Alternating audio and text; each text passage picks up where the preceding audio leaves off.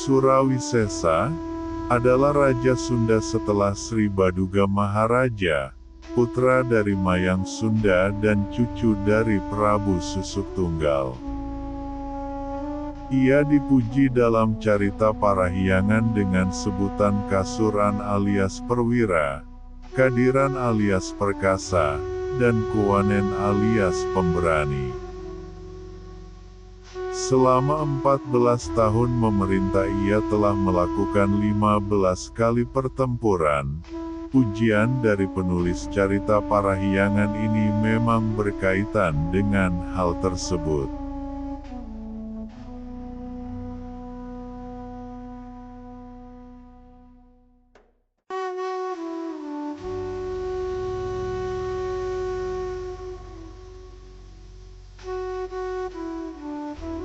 Nagara Kretabumi II dan sumber Portugis mengisahkan bahwa Surawisesa pernah diutus ayahnya menghubungi Alfonso de Albuquerque, Laksamana Bungker, di Malaka. Ia pergi ke Malaka 2 kali, tahun 1512 dan 1521. Hasil kunjungan pertama adalah kunjungan penjajakan pihak Portugis pada tahun 1513 yang diikuti oleh Tome Pires, sedangkan hasil kunjungan yang kedua adalah kedatangan utusan Portugis yang dipimpin oleh Hendrik de Leme, ipar Alfonso, ke ibu kota Pakuan Pajajaran, atau disingkat Pakuan, atau Pajajaran. Dalam kunjungan itu disepakati persetujuan antara kerajaan Sunda dan Portugis mengenai perdagangan dan keamanan. Dari perjanjian ini dibuat tulisan rangkap 2, lalu masing-masing pihak memegang 1. Menurut Sukanto, perjanjian itu ditandatangani tanggal 21 Agustus tahun 1522.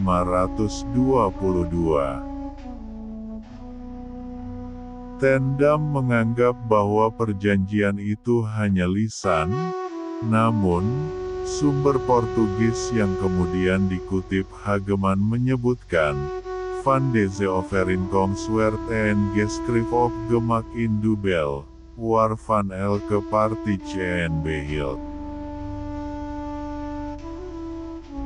Dalam perjanjian itu disepakati bahwa Portugis akan mendirikan benteng di Banten dan Kalapa. Untuk itu tiap kapal Portugis yang datang akan diberi muatan lada yang harus ditukar dengan barang-barang keperluan yang diminta oleh pihak Sunda. Kemudian pada saat benteng mulai dibangun, pihak Sunda akan menyerahkan 1000 karung lada tiap tahun untuk ditukarkan dengan muatan sebanyak 2 kostumodos, kurang lebih 351 kuintal.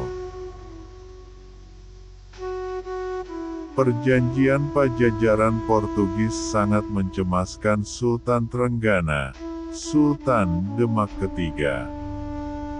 Selat Malaka, pintu masuk perairan Nusantara sebelah utara, sudah dikuasai Portugis yang berkedudukan di Malaka dan Samudra Pasai.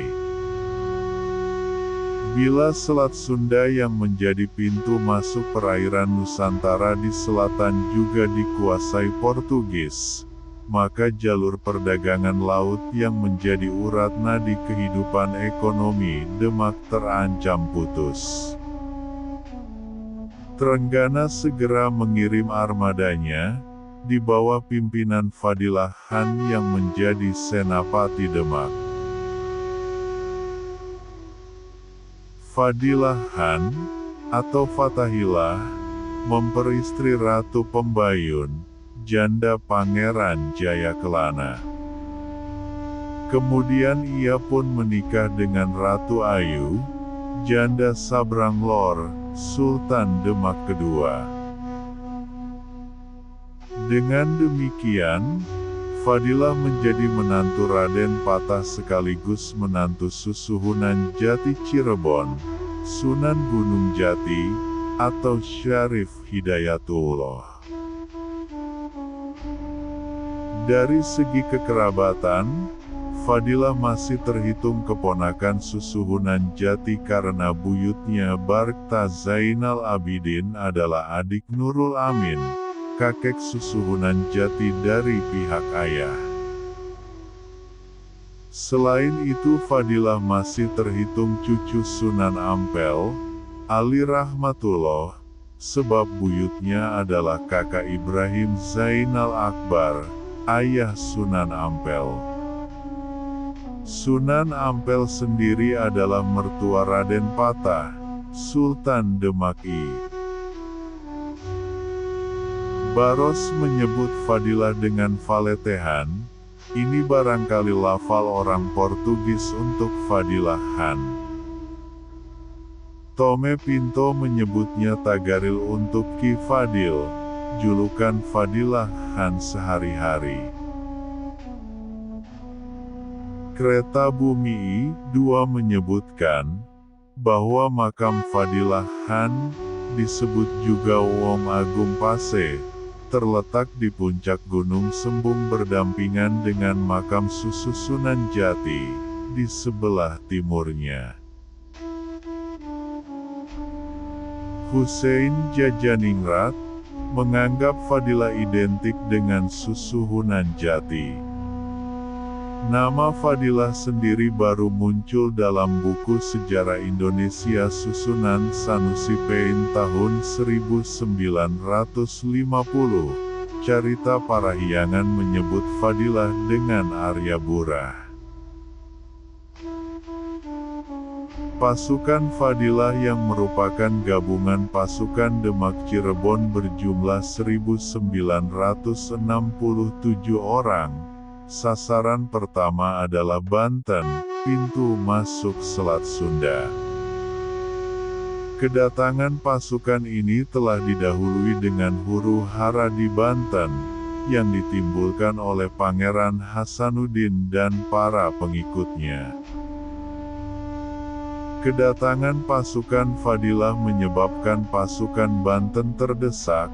Bupati Banten beserta keluarga dan pembesar keratonnya mengungsi ke ibu kota Pakuan.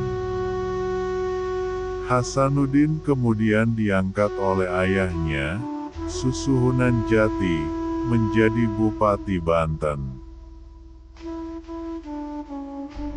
Setahun kemudian, Fadilah bersama 1452 orang pasukannya menyerang dan merebut Pelabuhan Kalapa. Bupati Kalapa bersama keluarga dan para menteri kerajaan yang bertugas di pelabuhan gugur. Pasukan bantuan dari Pakuan pun dapat dipukul mundur. Keunggulan pasukan Fadilah terletak pada penggunaan meriam yang justru tidak dimiliki oleh Laskar Pajajaran. Bantuan Portugis datang terlambat, karena Francisco de Sá yang ditugasi membangun benteng diangkat menjadi gubernur Goa di India. Keberangkatan ke Sunda dipersiapkan dari Goa dengan 6 buah kapal, galiun yang dinaiki desa dan berisi peralatan untuk membangun benteng terpaksa ditinggalkan karena armada ini diterpa badai di Teluk Benggala. Desa tiba di Malaka tahun 1527. Ekspedisi ke Sunda bertolak dari Malaka, mula-mula menuju Banten, akan tetapi karena Banten sudah dikuasai Hasanuddin, perjalanan dilanjutkan ke Pelabuhan Kalapa. Di Muara Cisadane, Desa memancangkan padrau pada tanggal 30 Juni tahun 1527. Dan memberikan nama kepada Cisadane, Rio Desa Jorge. Kemudian Galiun Desa memisahkan diri, hanya kapal Brigantin, dipimpin Duarte Coelho, yang langsung ke pelabuhan Kalapa. Coelho terlambat mengetahui perubahan situasi, kapalnya menepi terlalu dekat ke pantai dan menjadi mangsa sergapan pasukan Fadilah. Dengan kerusakan yang berat dan korban yang banyak, kapal Portugis ini berhasil meloloskan diri ke Pasai. Tahun 1529 Portugis menyiapkan 8 buah kapal untuk melakukan serangan balasan, akan tetapi karena peristiwa tahun 1527 yang menimpa pasukan Coelho demikian menakutkan, maka tujuan armada lalu diubah menuju Pedu. Setelah Sri Baduga wafat, Pajajaran dengan Cirebon berada pada generasi yang sejajar. Meskipun yang berkuasa di Cirebon Syarif Hidayatullah, tetapi di belakangnya berdiri Pangeran Cakrabuana, atau Wala Sungsang, atau bernama pula Haji Abdullah Iman. Cakrabuana adalah kakak seayah Prabu Surawisesa. Dengan demikian, keengganan Cirebon menjamah pelabuhan atau wilayah lain di Pajajaran menjadi hilang. Meskipun Cirebon sendiri sebenarnya relatif lemah, akan tetapi berkat dukungan Demak, kedudukannya menjadi mantap. Setelah kedudukan Demak goyah akibat kegagalan serbuannya ke Pasuruan dan Panarukan, bahkan Sultan Trenggana terbunuh, kemudian disusul dengan perang perebutan tahta, maka Cirebon pun turut menjadi goyah pula. Hal inilah yang menyebabkan kedudukan Cirebon terdesak, dan bahkan terlampaui oleh Banten di kemudian hari. Perang Cirebon Pajajaran berlangsung 5 tahun lamanya, yang satu tidak berani naik ke darat, yang satunya lagi tak berani turun ke laut. Cirebon dan Demak hanya berhasil menguasai kota-kota pelabuhan, hanya di bagian timur pasukan Cirebon bergerak lebih jauh ke selatan. Pertempuran dengan Galuh terjadi tahun 1528.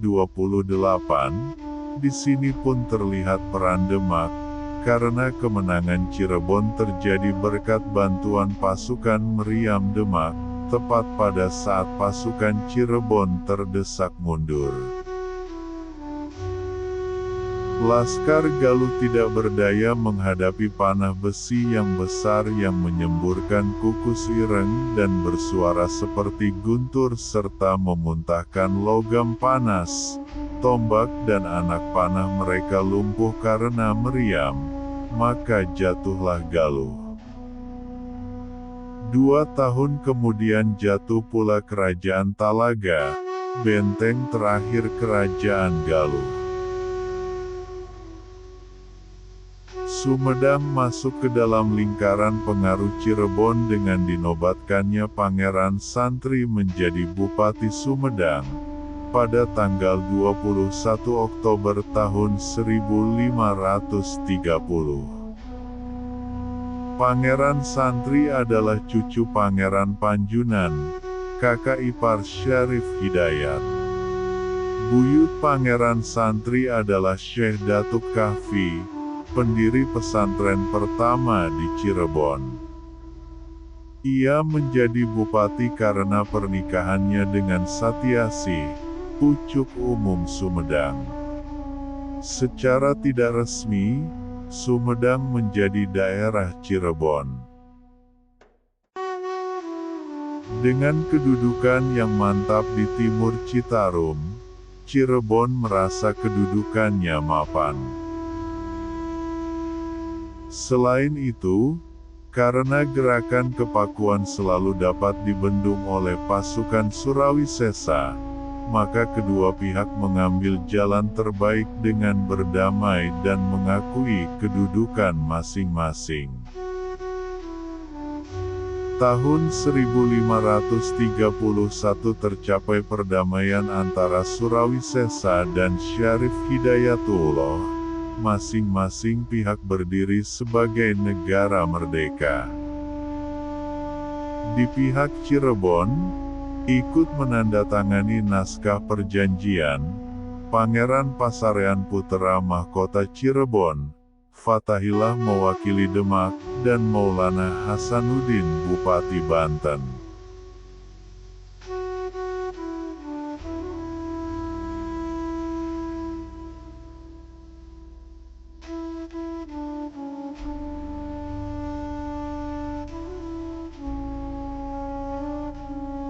Perjanjian damai dengan Cirebon memberikan peluang kepada Surawisesa untuk mengurus dalam negerinya. Setelah berhasil memadamkan beberapa pemberontakan, ia berkesempatan menerawang situasi dirinya dan kerajaannya. Warisan dari ayahnya hanya tinggal setengahnya, itu pun tanpa pelabuhan pantai utara yang pernah memperkaya Pajajaran dengan lautnya. Dengan dukungan 1.000 orang pasukan Belamati yang setia kepadanya lah, ia masih mampu mempertahankan daerah inti kerajaannya. Dalam suasana seperti itulah ia mengenang kebesaran ayahandanya. Perjanjian damai dengan Cirebon memberi kesempatan kepadanya untuk menunjukkan rasa hormat terhadap mendiang ayahnya, mungkin juga sekaligus menunjukkan penyesalannya karena ia tidak mampu mempertahankan keutuhan wilayah Pakuan Pajajaran yang diamanatkan kepadanya. Dalam tahun 1533, tepat 12 tahun setelah ayahnya wafat, ia membuat sasakala, tanda peringatan untuk ayahnya. Ditampilkannya di situ karya-karya besar yang telah dilakukan oleh susuhunan Pajajaran. Itulah prasasti batu tulis yang diletakkannya di Kabuyutan tempat tanda kekuasaan Sri Baduga, yang berupa lingga batu ditanamkan. Penempatannya sedemikian rupa sehingga kedudukan antara anak dengan ayah amat mudah terlihat. Si anak ingin agar apa yang dipujikan tentang ayahnya dengan mudah dapat diketahui orang.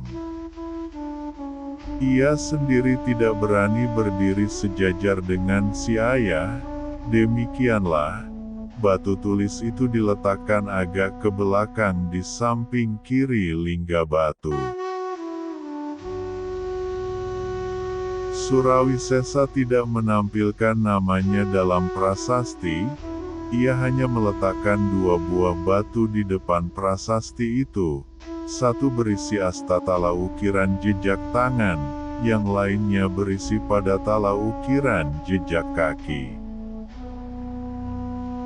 Mungkin pemasangan batu tulis itu bertepatan dengan upacara srada, yaitu penyempurnaan sukma yang dilakukan setelah 12 tahun seorang raja wafat. Dengan upacara itu, sukma orang yang meninggal dianggap telah lepas hubungannya dengan dunia materi. Surawisesa dalam kisah tradisional lebih dikenal dengan sebutan Munding Laya di Kusuma. Sebagian orang menyamakannya dengan guru gantangan. Permaisurinya, Kinawati, berasal dari kerajaan Tanjung Barat yang terletak di daerah Pasar Minggu, Jakarta Selatan sekarang. Kinawati adalah putri Mental Buana, Cicit Munding Kawati, yang kesemuanya penguasa di Tanjung Barat. Baik Pakuan maupun Tanjung Barat terletak di tepi Ciliwung. Di antara dua kerajaan ini terletak kerajaan kecil, Muara Beres, di Desa Karadenan, dahulu Kawung Pandak.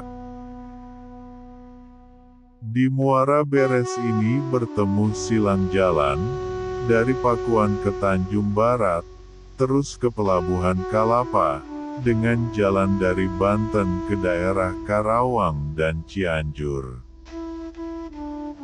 Kota pelabuhan sungai ini zaman dahulu merupakan titik silang.